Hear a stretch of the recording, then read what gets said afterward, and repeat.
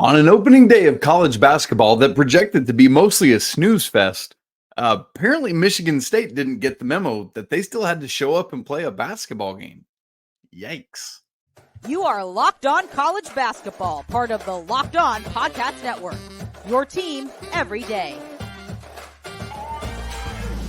Hey there, what's up? Welcome into the Locked On College Basketball Podcast. I'm your host, Isaac Schade, and I want to thank you for joining us on Locked On College Basketball, the only daily national college hoop show out there to get the very best college basketball content every single day. Come join our Discord. I know college basketball is getting going, and you're probably looking for people to talk hoops with. We have a great community of folks talking about it all the time.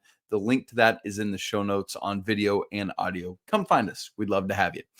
Today's episode is brought to you by Game Time. Download the Game Time app, create an account, and use code LOCKEDONCollege for $20 off your first purchase. You everydayers want to welcome you in. As always, if you're a guest or you're new to the show because you're checking it out for the first time at the beginning of the season, what's up? So glad you're here. What's pretty cool about today's show is today marks 1 year that Locked On College Basketball has existed. Andy and I started this show for the Locked On Network on the first day of the 2022-23 college basketball season. And here we are kicking off year two together. So glad that you're here to help us do it.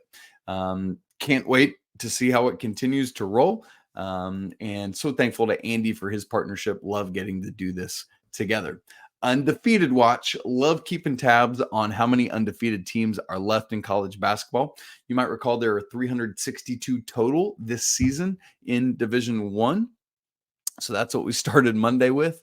And as of this point, I stayed up till the bitter end of Monday night's games, or I guess now it's very Tuesday morning. That's right. I wanted to do that so I could record this for you after all 100, however many games involving a D1 team had finished. And after all of that is over, here's your update. There are now no longer 362 undefeated teams. There are now only 248 undefeated teams left in Division One. So knocking off 114 teams on Monday. We'll be right back to it on Tuesday, and then we'll be back with you. Well, it was a rough night for the Big Ten in some regards, chiefly because Michigan State, yikes, but also Rutgers falls. The Big Ten lost 2 games on Monday. Let's start, though, with that key game. We thought that, it was going to be USC and Kansas State as the marquee game of Tuesday. It certainly was on paper and in terms of highly rankedness. And we'll get to that game in a little bit because it just didn't turn out to be a really dynamic, close game. But there's lots to talk about from it. However, Michigan State, that is the big storyline of day one of the college basketball season. They lose the 4th-ranked Spartans due to James Madison, 79-76 in overtime. Let me say this right out of the gate, because we got to make sure to say, I think a lot of times you'll see a non-Power 6 conference team be like, oh, what are they doing losing to them? Listen, James Madison is projected to win the Sun Belt Conference this year. They are a very good basketball team. All the same, Michigan State has zero business losing to them. Michigan State led by 4 with 90 seconds left, but JMU was able to get it to overtime. And a lot of times you figure, hey, this game's at home. It's in East Lansing. Michigan State's going to pull it out in overtime. They didn't. Raekwon Horton's 3 was the dagger with 8 seconds left. And just unbelievable. I didn't think it was happening. I already had in my show notes, Michigan State just barely holds on, but they did not. It's always crazy to me to look at KenPom numbers this time of year. James Madison jumps from 136 to 101 at KenPom. Sparty drops from 13 down to 24. So wild stuff there. Here's the thing for Michigan State. Tyson Walker dropped 35 of their 76 points. That's a great scoring output. And in fact, he did that without making a single 3.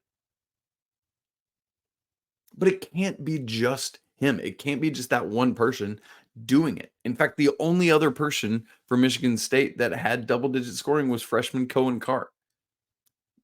The Spartans aren't going to be able to survive that way. They've got to be able to spread it out more and rely on more people to score. It's just not going to be able to cut it that way. And so if Michigan State is going to be what a lot of people think they can be, there's got to be a better distribution of scoring output. Just plain and simple. That's all there is to it. Part of that is they got to shoot better. Michigan State was 1 of 20 from 3. They're not going to do that every night, but still, the fact that they did that on one night is not great. And in fact, it wasn't just from beyond the arc, 36% overall for Michigan State in this game. But here's the wild thing. It's not like James Madison set the world on fire. They themselves only shot 36.8% from the field, less than a percentage point better than Michigan State. So you should think Sparty could overcome that, right? But no, they do not. This is the first win for James Madison over a ranked opponent since December 29th of 1992. 92, 02, 12, 22. This is more than 3 decades worth of deficit. Yes, I did just count that on my fingers in real time. Here's what's interesting. Post-game, Coach Izzo says, quote, "I don't have very good leadership right now," end quote. That's a scary prospect to be looking at if you are this team or if you're a Michigan State fan. I think some of that obviously is a little bit of coach speak, him wanting to call his players to task, call them out to better levels of leadership. And he should be getting that, though, from Walker and Hogard and these other guys that are returning. Malik Hall, take over, be the dudes you need to be. But apparently coach doesn't think he's getting that right now, so we're gonna have to wait and see. But here's the thing. Do not count out Sparty. How often have we seen a team just lay an egg on night one and go on to do it? And Michigan State, of all teams, right, we know can do things like that. We know how Coach Izzo is in March. We know that that's Izzo time. So we'll be on to look out for that. But for right now, it's Izzo, right? And so that's where we're at. But for the Big Ten, it wasn't just Michigan State. Rutgers loses to Princeton 68-61. Now, you remember what Princeton was doing last year in the tournament. There's some holdover there. Makes sense. But this wasn't just some wild, fortunate thing in the closing minutes for Princeton. It was kind of similar to those games in March Madness last year where they never trailed in the second half of this game. They led at halftime and never trailed. Rutgers was able to tie it up once, but then Princeton just took it right back out and ended up winning. And talk about Ken Palm, they jumped, Princeton does, from 123 up into the top 100 at 98. Here's one thing, though, like from a narrative standpoint, I don't want to penalize Rutgers for taking this game. I think so often we look at it and say, again, oh, you shouldn't be dropping this game. And that's why these games don't often get scheduled. And I know this isn't a high-level marquee game that Johnny Q sports fan is going to want to tune into, but Princeton is a really good basketball team. They scheduled this game in Trenton. Rutgers was willing to do that. And so I love it. And you're going to take some lumps sometimes when you put yourself out there like this. This is why teams don't often schedule potentially scary mid-major schools. So I like this. We were bemoaning just on yesterday's show the lack of intriguing games. And so we can't then turn around today and me say, so why is Rutgers playing this game that they have a legit shot at losing? No, I love it. In the same way that we're going to get UNC Asheville and Michigan this week. Like, awesome. That's going to be a great game. So Rutgers, first of all, thank you for scheduling this game. But Princeton, way to go. Way to do it. That's a resume builder right out of the gate. Now, these were the only two Big Ten teams that lost, but Ohio State, too. They were down at halftime to Oakland and only ended up winning by 6 themselves. So, I don't know. Is this a chink in the armor for Michigan State going back around to the top of this? Is it just a blip? That's going to be an interesting thing to track, because if it is a chink in the armor, who is second to Purdue? Is it Illinois? Is it Northwestern and Boo Buie? Could Indiana put the pieces together? Well, we're going to have to watch and find out. Crazy stuff. Well, the Big Ten was not the only Power 6 conference, though, to lose twice on Monday night. The all-powerful Big 12 joined them in that very endeavor. Who was it that lost? I'll tell you about it in just a second. Right after I tell you that this episode of Locked On College Basketball is brought to you by FanDuel. Hey, score early this NFL season with FanDuel, America's #1 sportsbook. Right now, new customers get $150 in bonus bets with any winning $5 money line bet. The $150 if your team wins. Maybe you've been thinking about joining FanDuel. There's no better time to do it and get in on the action than right now. Their app is so easy to use, and there's a wide range of betting options that they've got for you: spreads, player props, over-unders, so much more. How about some national championship odds for you? You ready for this? There's a three-way tie at the top. Kansas, Duke, and Purdue all have plus 1,100 odds. This is going to sound really funny now based on what happened on Monday night. Michigan State is next at plus 1,500 odds. I think that's going to change. And then right behind them is Creighton, Marquette, Tennessee, Kentucky, and Houston. All five of those schools at plus 2,000. So if you want to get in on that action and much more, visit FanDuel.com/lockedon and kick off the NFL season. Again, FanDuel.com/lockedon and kick off the NFL season. FanDuel, official partner of the NFL. All right, so the Big Ten dropped 2 games on Monday night. ACC, undefeated. Big East, undefeated. Pac-12, undefeated in their swan song year. SEC lost just 1 game. That was Oregon beating Georgia. Georgia was the only SEC team to lose. But the Big Ten lost 2 games, and so did, believe it or not, the Big 12. Now, the first of those was the big marquee matchup that we were all waiting for later on Monday night, 10 p.m. Eastern tip from Las Vegas, came KState and USC. It just didn't really turn out to be this awesome electric game that we expected it to be until there was a little bit of a late push from K-State. They got it down to 8 with like just 2 and change to go. Tyler Perry like pulled a deep 3 to bring it within 8, but then USC pushed it back out, and that was all she wrote. Now, here's the story of this game to me. We're all waiting to see like the number 1 player in the class of 23, who many think will be the best freshman in the nation this year, and that's USC's Isaiah Collier. And this dude lived up to expectation. 18 points, 3 rebounds, 6 assists. He did have 6 turnovers. I have to bring that up. So, 1-to-1 assist to turnover ratio. You'd love to have it a little higher, but you get it a freshman in a high level game. You're going to have the good and the bad there out of the gate. And then unfortunately as well, in addition to the turnovers, also fouled out with several minutes to go. And that, not surprisingly so, is when K-State made that run, went on a 7-0 run. And so clearly Isaiah Collier is an important, not just a talented freshman, but a very, very important piece for this team and their success. And not to mention that he and Boogie Ellis formed this dynamic backcourt, because it wasn't just Isaiah Collier. In fact, to me, Boogie Ellis's stat line was even more impressive than was Collier's. Here it is: 24 points, 8 boards, 5 assists, 3 steals, and 4 turnovers. So again, too many turnovers, 10 combined between these two guys, but they also combined 24 and 18. That's 42 points, 11 boards, 11 assists. And so, I mean, that's just great backcourt production for Coach Enfield and what they got going on out in LA this year. Here's what impressed me most about Mr. Isaiah Collier. Yes, he's a freshman, but he showed a maturity that belied his age in his post-game conversation. I think it was with Allie LaForce after the game. It was like Allie and Grant Hill on the call, and I forget who the play-by-play was. Forgive me. But here was what he said post-game. He said things like this: "It's a long season, and I've got to keep learning." He just kept reiterating, "I need to keep learning. There's so much for me to learn." He said, "I've got to be smarter." When talking about fouling out, he said, "I can't make dumb decisions like that. I got to get better."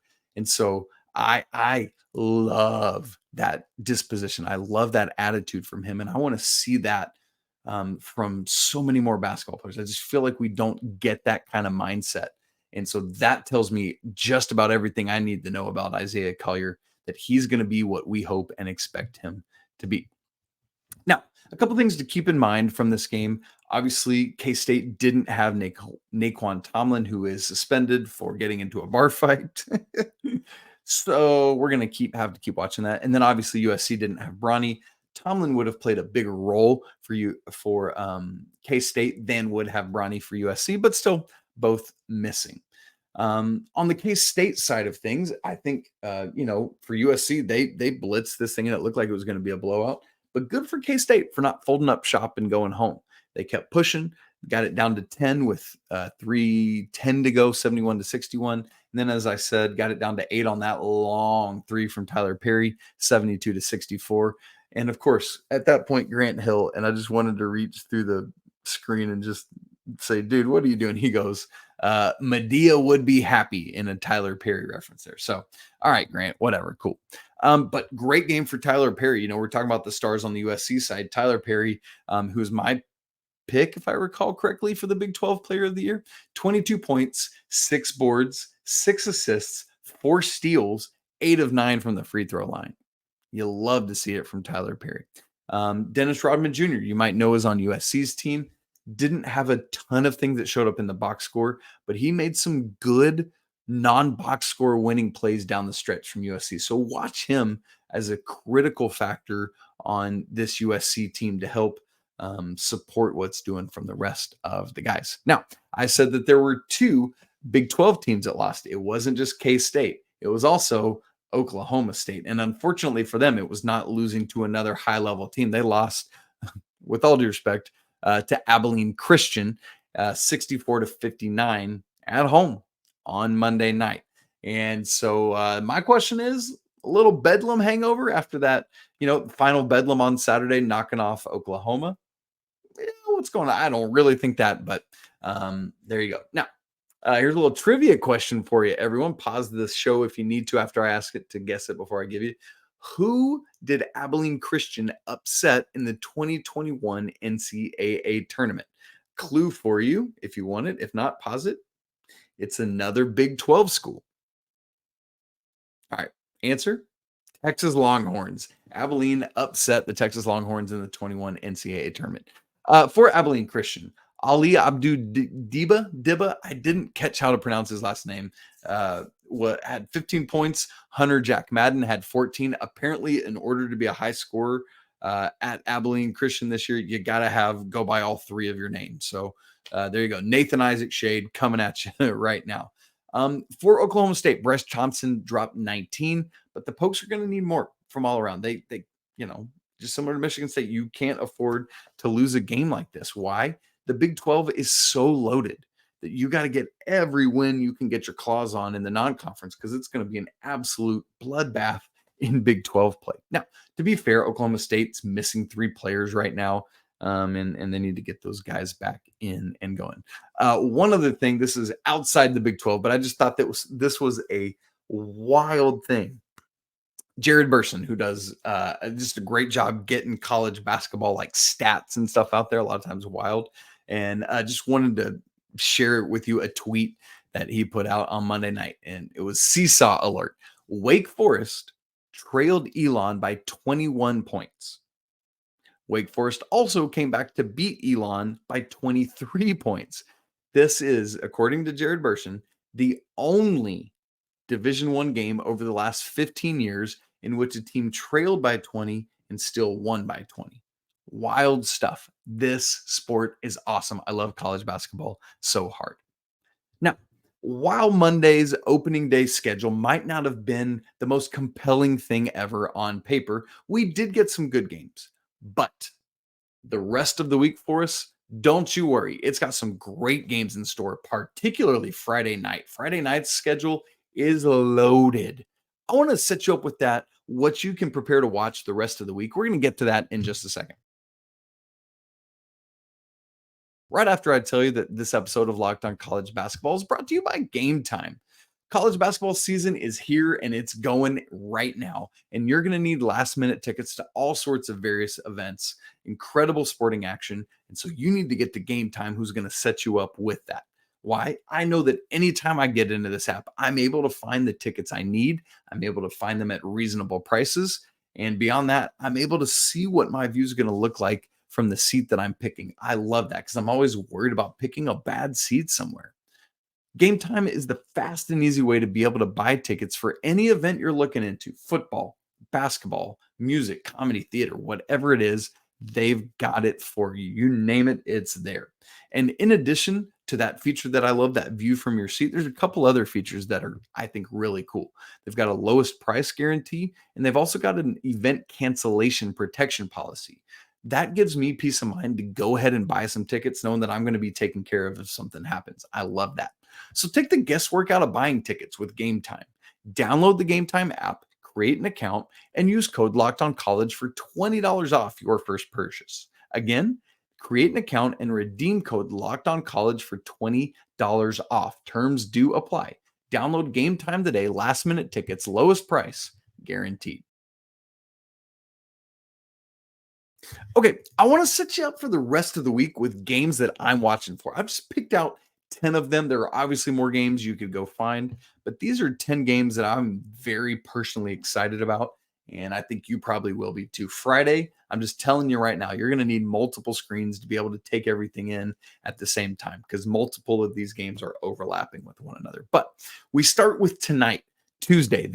If the crown jewel of Monday night, at least on paper again, was USC KState, the crown jewel of Tuesday night for me is Auburn and Baylor, 9 p.m. Eastern on ESPN in Sioux Falls. Remember, right after COVID, all of those games were being played in Sioux Falls, just trying to find opportunities to play. That's just kind of kept going.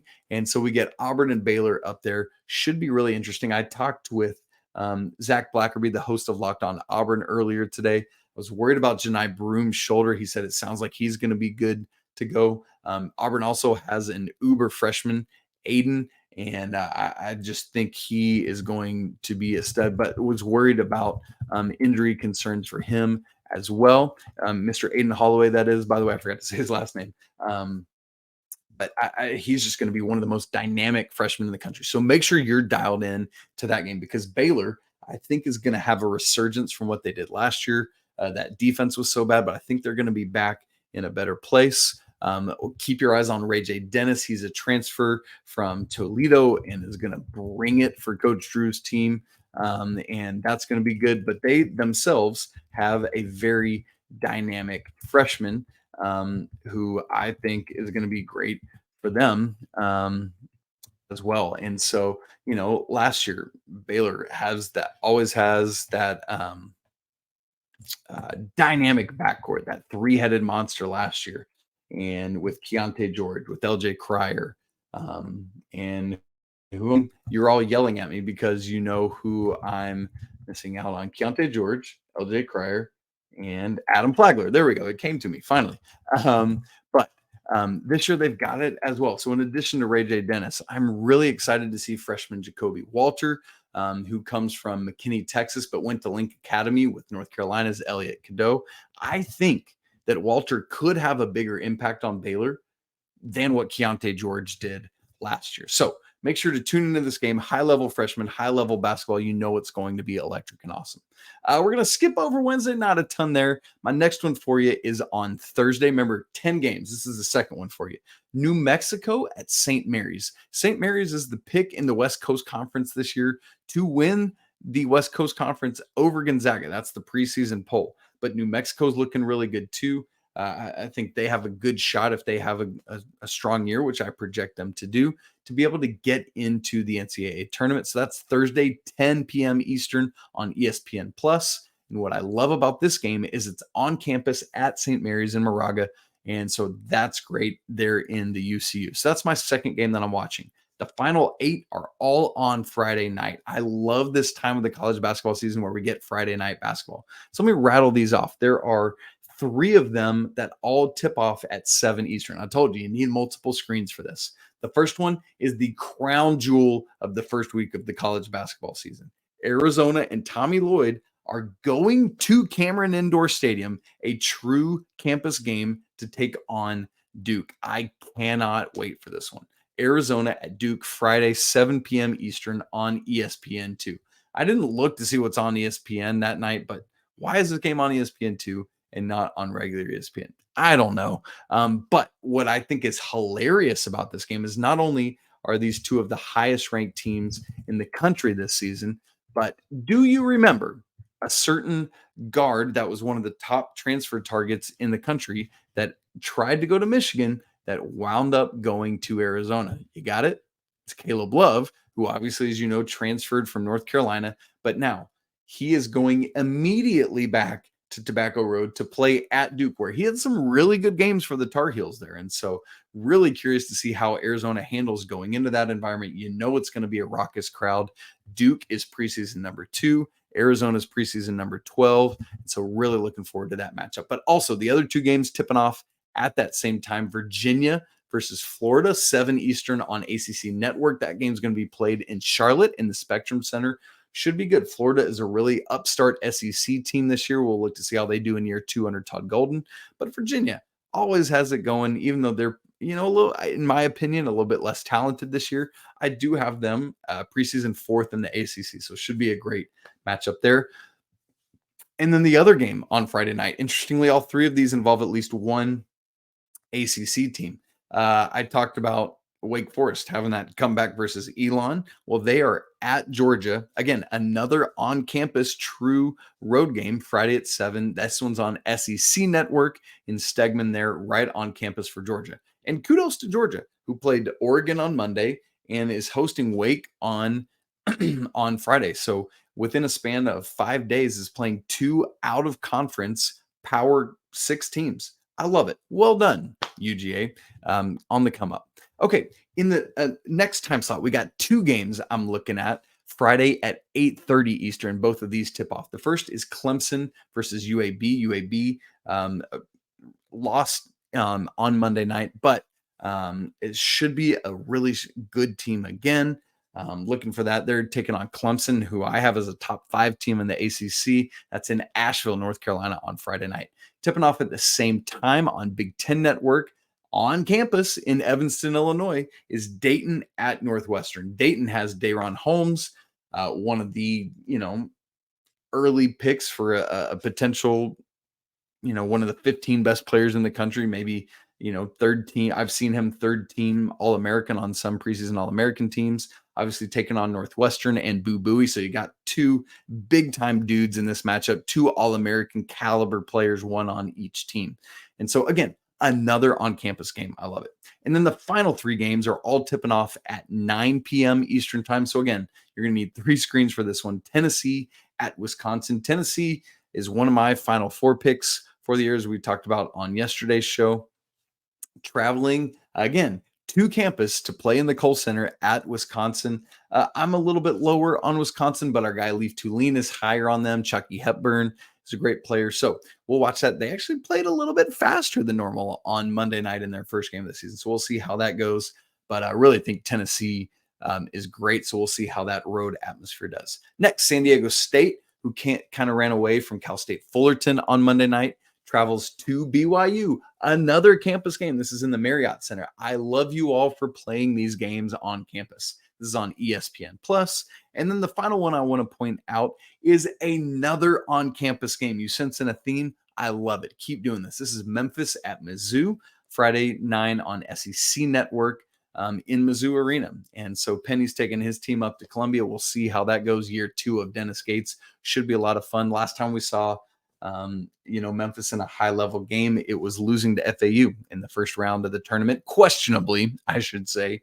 And so when you look at these 10 games I've laid out for you, how many of them are actually on campus? 1, 2, 3, 4, not that one, 5, that one, 6, 7. 7 of these 10 games are true campus environments. I love it. Please, more of this, college basketball coaches. Make it happen. Let's see it. Neutral courts are fine, but it's just not the atmosphere. I love it. All right, so that should get you set up for the rest of the week and the schedule and what to watch. On Friday, Andy will be picking a lot of these Friday night games, so it should be great. Thanks so much for making Locked On Tar Heels your first listen or watch of the day.